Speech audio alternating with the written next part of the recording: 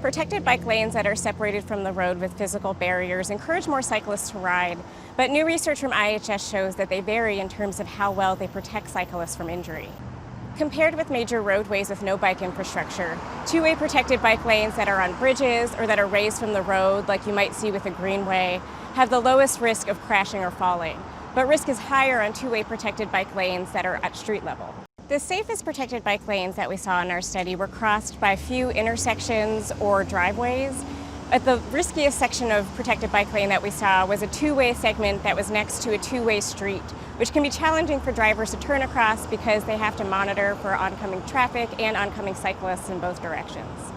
We interviewed 604 cyclists who visited emergency rooms in Washington, D.C., New York City, and Portland, Oregon after crashing or falling on their bike. And we compared the characteristics of a location where they were injured to another randomly selected location on their route. Protected bike lanes are separated from the roadway with physical barriers like parked cars or posts or landscaping, versus conventional bike lanes are separated from the roadway with painted lane markings.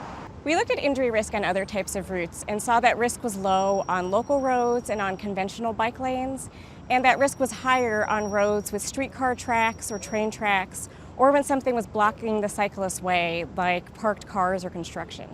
There's evidence that protected bike lanes prevent the worst crashes. The types of crashes that we saw in protected bike lanes in our study weren't the types that are typically the most severe. Protected bike lanes are often installed on busy roads that have a higher risk to begin with. Our finding that conventional bike lanes were safer doesn't mean that cyclists are better off without that separation. Cyclist deaths have increased 25% since reaching their low point in 2010. In 2017, there were 777 cyclists who died in crashes with motor vehicles.